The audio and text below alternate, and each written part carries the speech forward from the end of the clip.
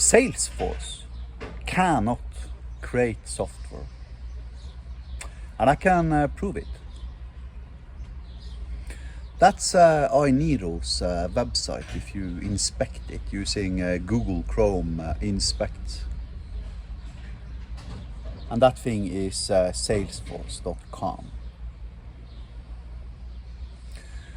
In iNero, we have a website that loads roughly around 800 kilobytes. When you go to inero.io, you download 800 kilobytes in images and widgets and text and CSS files and fonts and stuff like that.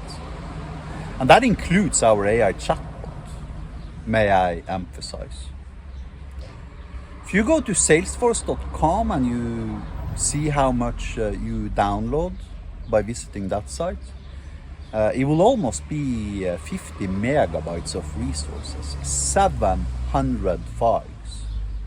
And to simply load the website takes minutes. Of course, they've optimized this to death, doing micro optimization such as CDNs and prioritization of what files to download first, etc., etc. But facts are that salesforce.com is 50 times as large on bandwidth consumption as inero.io, more than 50 times. If Greta Thunberg had known the facts about energy consumption, she would stop demonstrating against oil, and she would start demonstrating against Salesforce. Just visiting salesforce.com is an environmental sin, simply due to the amount of resources that garbage junk website forces you to download.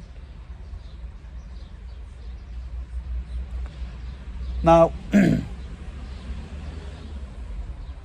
I've been preaching over the last couple of months now that we should reduce lines of code.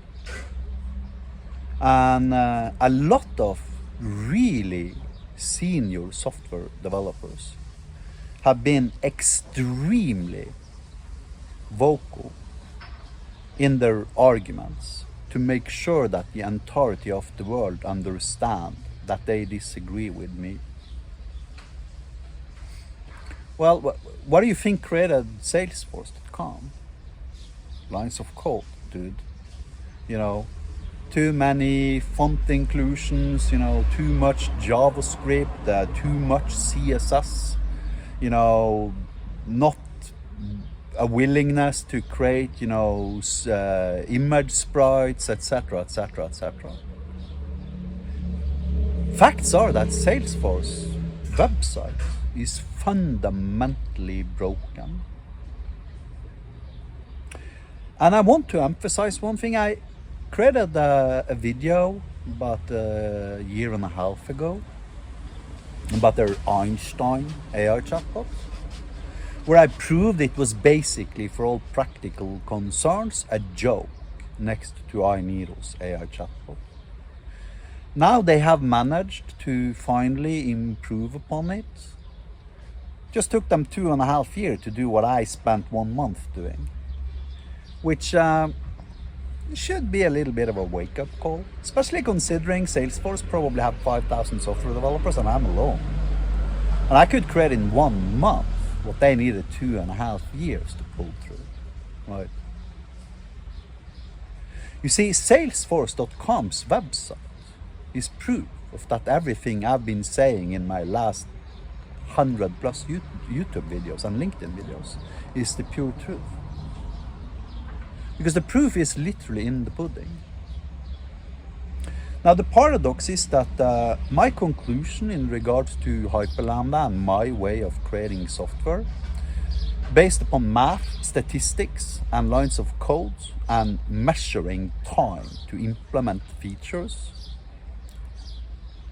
concludes with that I'm roughly 30 times as productive as the average software developer following best practices, which is a similar number to the ratio of download bandwidth consumption you see between SalesForce.com and iNeedle.io.